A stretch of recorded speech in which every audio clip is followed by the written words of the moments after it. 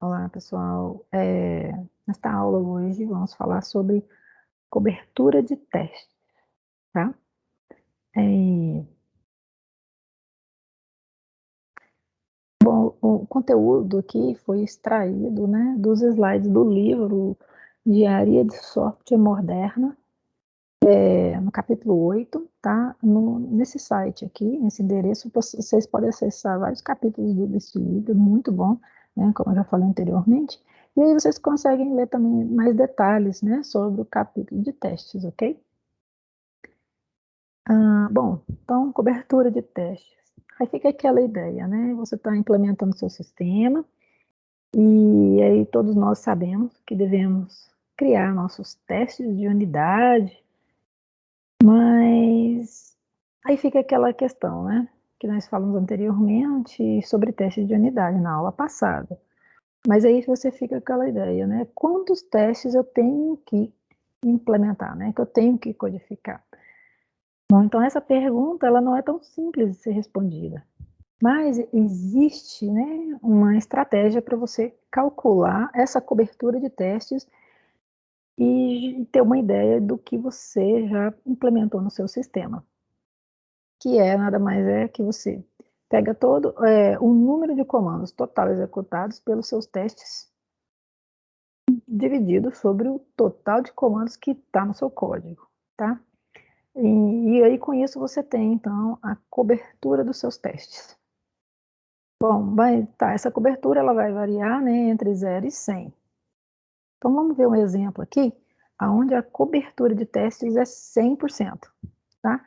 Então imagina aqui que nós temos essa classe stack, né, uma classe pilha aqui em Java, e, e aí temos atributos aqui, elementos, que é um array list, temos outro atributo aqui que fica, que é o tamanho, né, da sua lista. Temos os métodos simples aqui, por exemplo, aonde retorna o tamanho da lista. Temos outro método que checa se uma determinada lista está vazia. O outro método, ele empilha, né, ele recebe o elemento, adiciona no seu array list aqui e incrementa de tamanho, né, para você conseguir empilhar os elementos. Já o método pop, ele tem que verificar, antes de mais nada, se a sua pilha está vazia, ou seja, se o tamanho é 0. Por quê? Que se ela estiver vazia, ela tem que disparar uma exceção que a pilha está vazia, você não pode desempilhar, né? E se caso ela não estiver vazia, aí sim, então você vai pegar o último elemento, né, que na sua lista, que é o efeito, né, o último que entra é o primeiro que sai, então vamos aqui desempilhar, então, o nosso elemento e decrementar o tamanho da, da nossa pilha, ok? Então, nesse caso aqui, testamos está verdinho aqui, significa que a gente escreveu todos esses testes que eu comentei com vocês. Então, ou seja, você avaliou cada comando do seu programa aqui, da sua classe, né? Você avaliou os métodos, chamadas de métodos, tá? E, no caso aqui também, o if, né? Tá. Então, vamos ver um outro exemplo agora, aonde, por acaso, você somente escreveu o teste aonde, no momento que, se a pilha não está vazia. E aí você não escreveu o teste quando a pilha está vazia, para verificar se vai disparar ou não a sessão da maneira correta. Então, nesse caso aqui, não temos a cobertura 100%, tá? Então, essa é um exemplo de cobertura 100% e uma cobertura não 100%. Bom, mas e aí, né? Qual que é a cobertura de teste ideal, né? Quanto de testes você tem que escrever para ser satisfatório? Tá? Então, vai depender de projeto, não precisa de ser 100%, né?